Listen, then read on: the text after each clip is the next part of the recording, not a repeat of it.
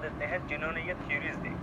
ये है B.F. Skinner और दूसरी साइड पे है नॉम चॉम्स्की। इन दोनों ने अपनी अपनी थ्योरी में हमें ये दसने की कोशिश की है कि बच्चे कैसे बोलना सीखते हैं। हम पहले बात कर लेते हैं B.F. स्किनर की थ्योरी के बारे में।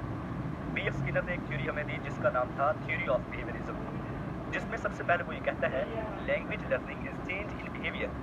फिर ये कहता है कि बिहेवियरिज्म इस चीज़ की वजाहत करती है कि एक लैंग्वेज आदतों का एक सेट है और ये एक मुशर्ती अमल है और इसे कोई भी अनपढ़ गवार जाहिल सीख सकता है। B.F. स्किनर और इसके यारों बेलियों ने इस थ्योरी को 1930 में पेश किया, जिसमें ये सब रल कर ये कहते हैं कि लैंग्वेज मखसूस आदतों का एक सेट है और ये इंसानी बिहेवियर में बदलाव लाता है, जिसको ऑपरेंट कंडीशनिंग कहते हैं। अब स्किनर और इसके साथी हमें ये भी बताने की कोशिश करते हैं कि बच्चा जब पैदा होता है तो उसका दिमाग बिल्कुल खाली स्लेट की तरह होता है, यानी इस पर कुछ भी नहीं होता। फिर वो अपने वालिदैन बहन भाइयों की बातों को सुनता है और फिर बच्चा इनकी नकल करता है और इस तरह करते करते वो बोलना सीख जाता है। फिर वो कहते हैं कि हम ये बात ऐसे नहीं कर रहे बल्कि हमने बहुत सारे तजर्बे किए। B.F. स्किनर अपने किए हुए तजर्बात में से एक तजर्बे पर बड़ी लाइट की रोशनी डालते हुए हमें ये कहता है कि हमने एक खरगोश पाला हुआ था और हमने सोचा कि इस खरगोश पर कोई ना कोई तजर्बा किया जाए।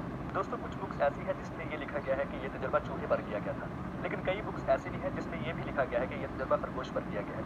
लेकिन आप जिस तरह जैसे आपको बेहतर लगे आप अपनी बुक्स के मुताबिक भी इसको रीड करके अपने असाइनमेंट पर पुट कर सकते हैं।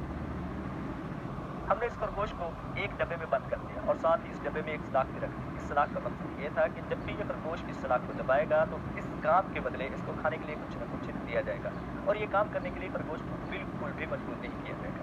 एक दिन अचानक खरगोश से वो सलाख दब गई तो इस काम के बदले खरगोश को बहुत सारा खाना दिया गया। खरगोश को अपनी किया पर यकीन ना आया, वो पुट्ठी सीधी छाले मारने लगा।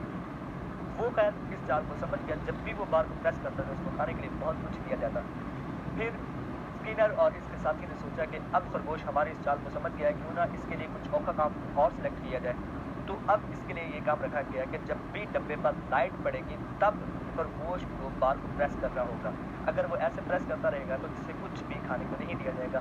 तो खैर ऐसा होता है कि वो इस चाल को भी बड़ी आसानी के साथ समझ जाता है और जब भी डब्बे पर लाइट पड़ती तो इसको इस काम के बदले में बहुत सारा खाना मिलता। फिर स्किनर और इसके साथी ने ये सोचा कि अब काम को मज़ीद औखा कर दिया जाए।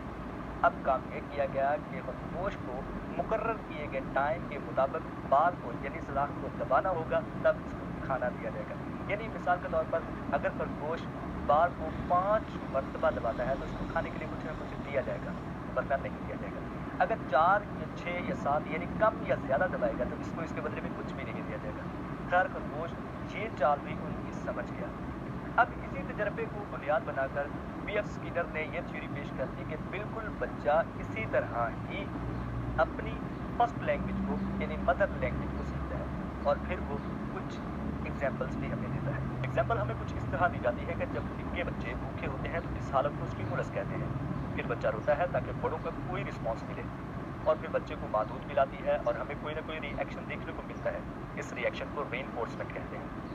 और दूध दोबारा पीने के लिए बच्चा फिर से रोता है और दोबारा रोने के अमल को रेपिटेशन कहते हैं। और जब बच्चे को भूख लगती है तो वो दोबारा रोता है और एक न्यू बिहेवियर बन जाता है। इस सारे स्यापे के बाद हम कुछ थ्योरी ऑफ बिहेवियरिज्म के फीचर्स की भी बात कर लेते हैं। Man has no in birth language capacity of language learning.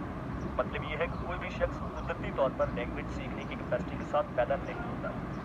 Social conditions play an important role in language learning, यानी मुआशरा और मुआशरे के लोग ज़बान सीखने में बच्चे की हेल्प करते हैं और इसके बाद बच्चा दूसरों की नकल उतार कर ही सीखता है।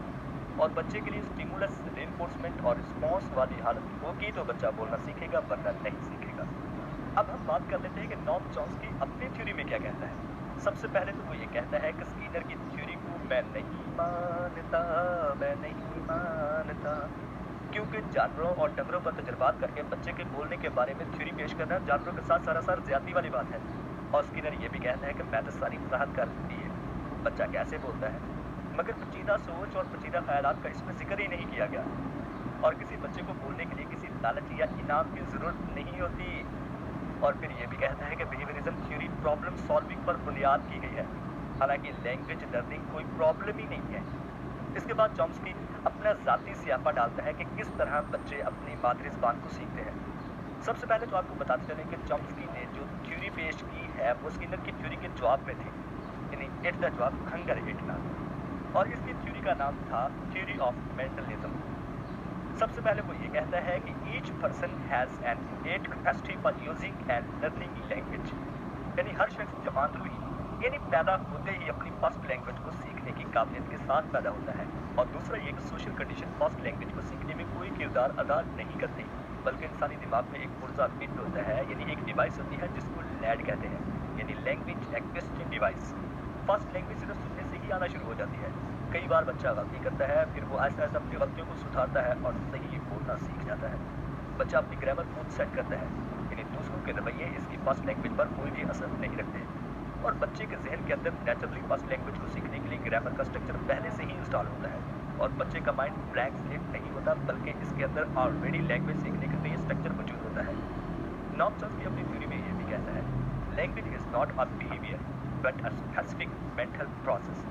अब दोनों थ्योरीज को मद्देनजर रखते हुए अदालत इस फैसले पर पहुंची है कि दोनों अशखास की आपस में सोच बिल्कुल नहीं रलती। चनाते दोनों थ्योरीज को मद्देनजर रखते हुए हम